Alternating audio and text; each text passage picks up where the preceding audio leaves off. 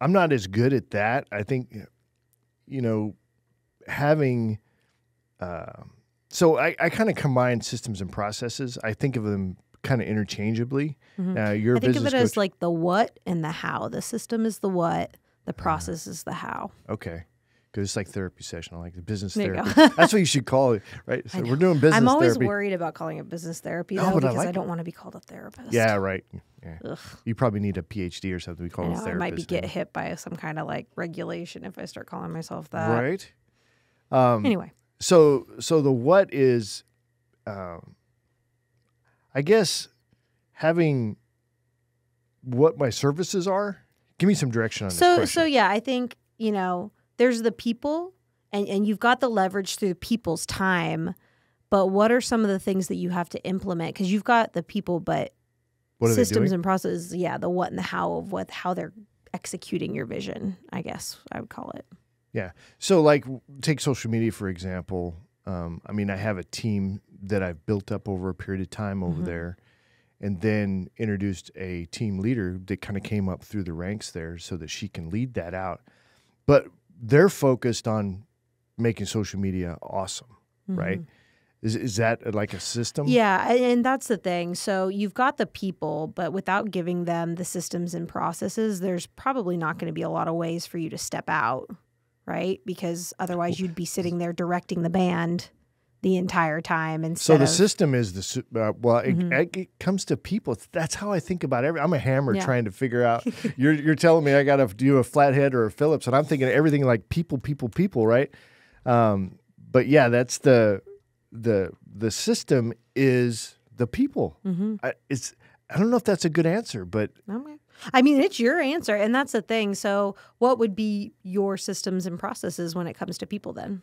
So like picking up a social media client, right? And then figuring out, of course, what their needs are, what their goals are, and then that team concept, make sure that it's executed for them. So if they're looking to grow their connections business to business, what does that look like? Where do they want to spend their time? What are their goals? And those people execute on that, making their social media look really, really good, making sure that we're doing everything we can to encourage interaction, engagement, taking offers or whatever those things are. But that's the team that executes on that for me. Well, and I think that's the thing. So the leverage is there, but you can't really discharge the leverage. I don't know what I'm trying to say. So the people are there. They are the leverage, but they need a plan that they can execute on, right? Right. So they don't just show up to work knowing intrinsically what to do.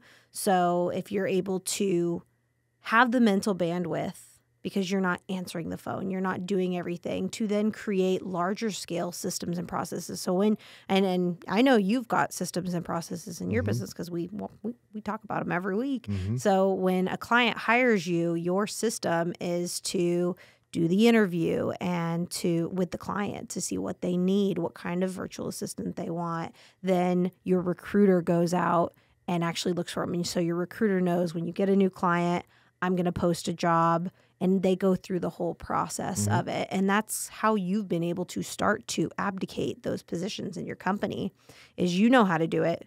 So you're able to teach someone how to do it. You teach them and then let them go do that system. Yeah, and they do it better. Mm-hmm. And at the end of the day, it's like our kids, right? Or we want our kids to do. Same thing in the business. It's like there was times when I thought I'm the only one that can be doing this. And then I've learned that's not the case. But yeah, I think, systems wise, we have a really good hiring system in place that people who may think, well, I'll go figure out how to do this. It's going to take a lot of time. Not only the hiring process, but also the management process of that VA can be intensive. And you don't want to spend 2-3 weeks of pay and time to lose that employee. Yeah. Because then you got to start all over again. Now, losing them is easier, right? Because you can fire them, and then you can just turn around and try and do the hiring process again.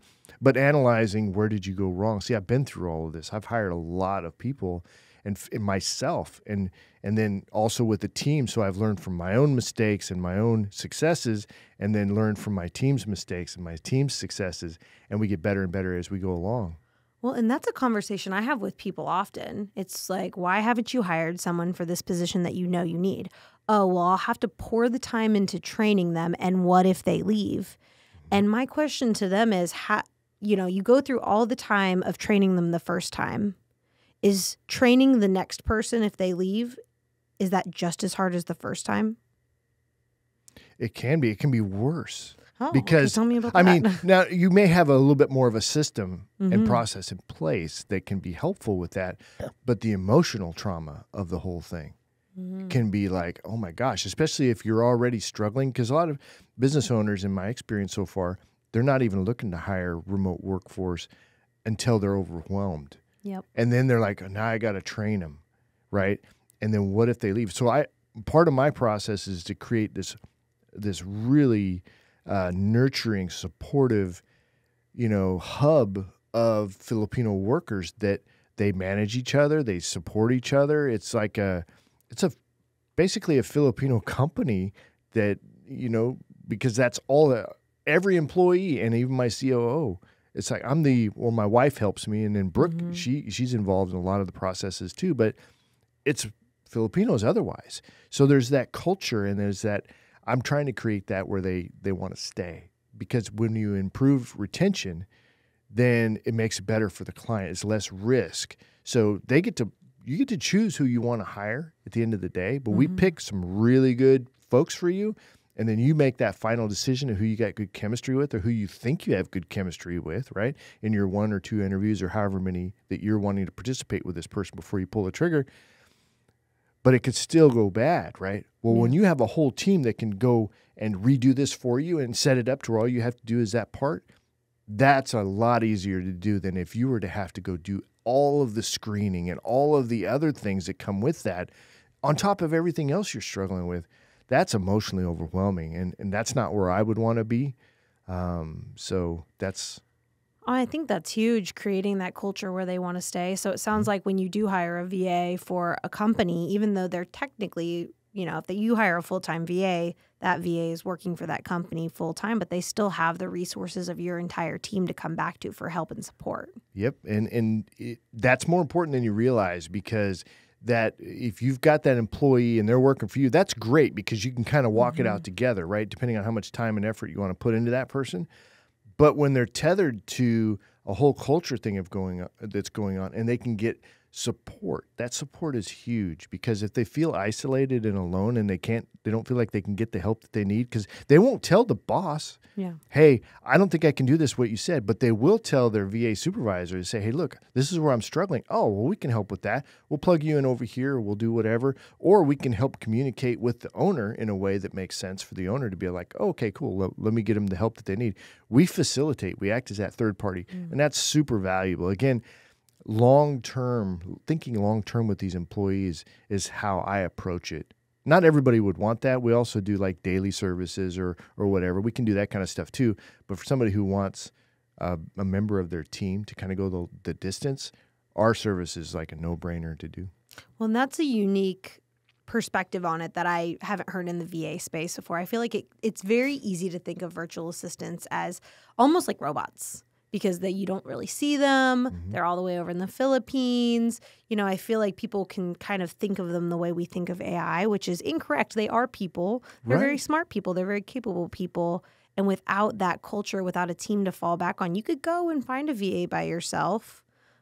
But unless you give them the time and energy that a team like yours gives them, are they going to be as effective in their business? Well, and are they going to stay? So the Filipino culture, from my experience thus far, is they're community people, right? They're supportive of each other, and certainly they're not robots. And if you have a business owner that's so busy that they're not going to pay much attention to their worker, they're going to feel isolated, and they're going to look for that connection somewhere. So you're at risk of losing that because you don't have the time to pour into them.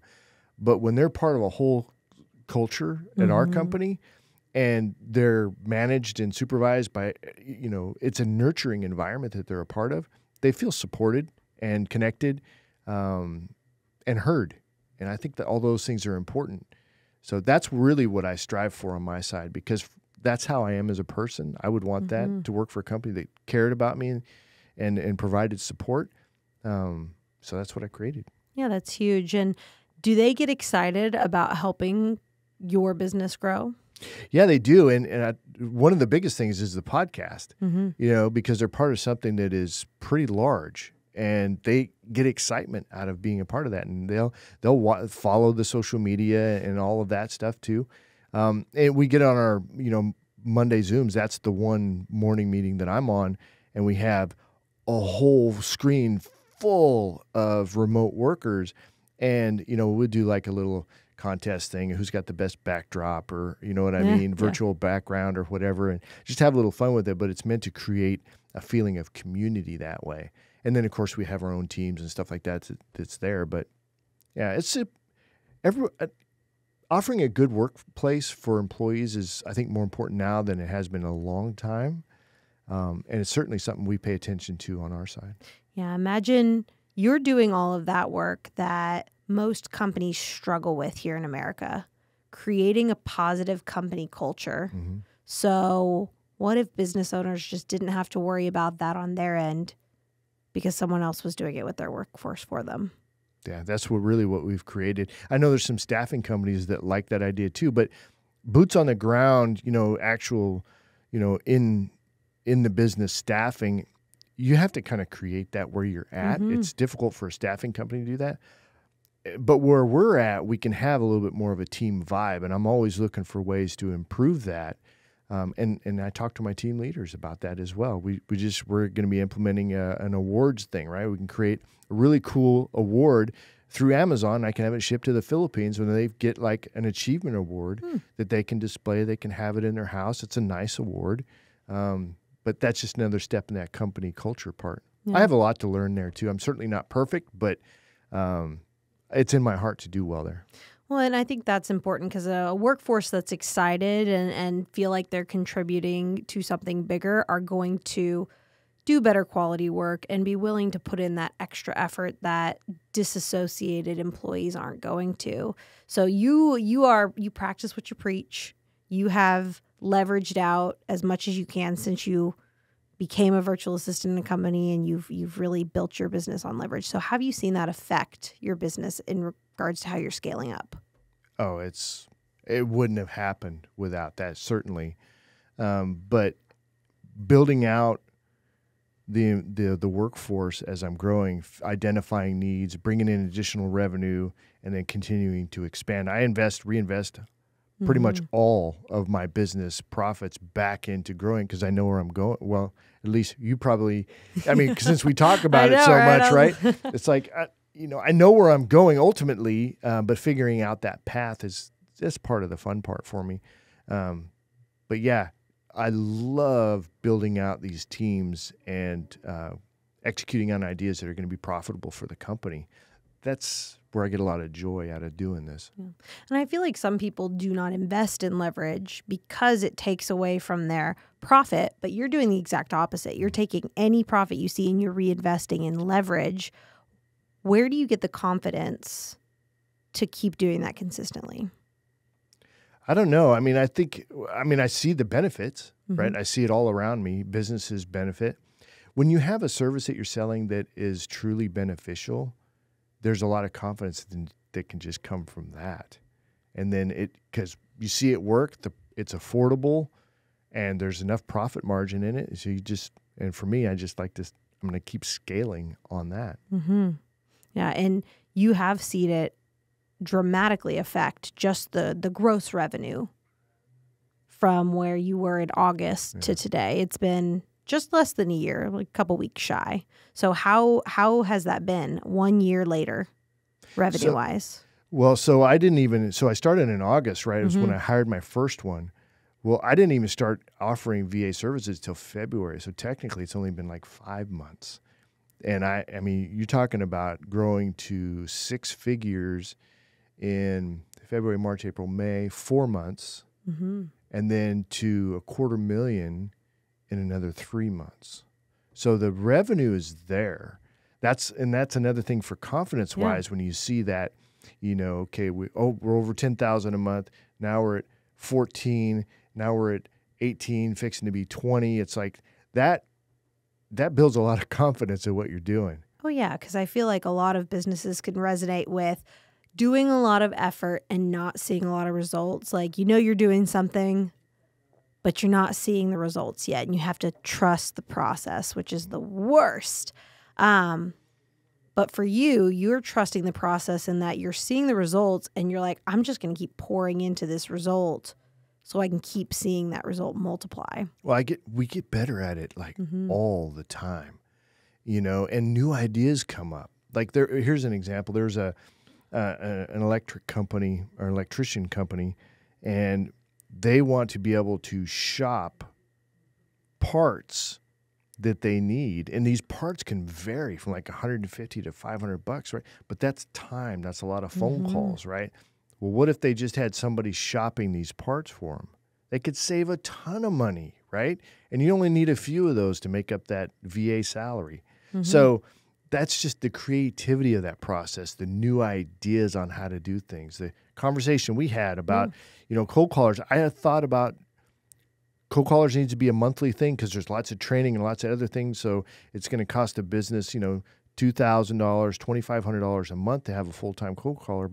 And then the idea was, well, wait a minute, what if we do it on a daily basis, right? So they $150 for a day, they can hire a cold caller and they can take care of a whole bunch of work for them. It's like, and then the data entry for the business cards, another service. It's like, but I love that.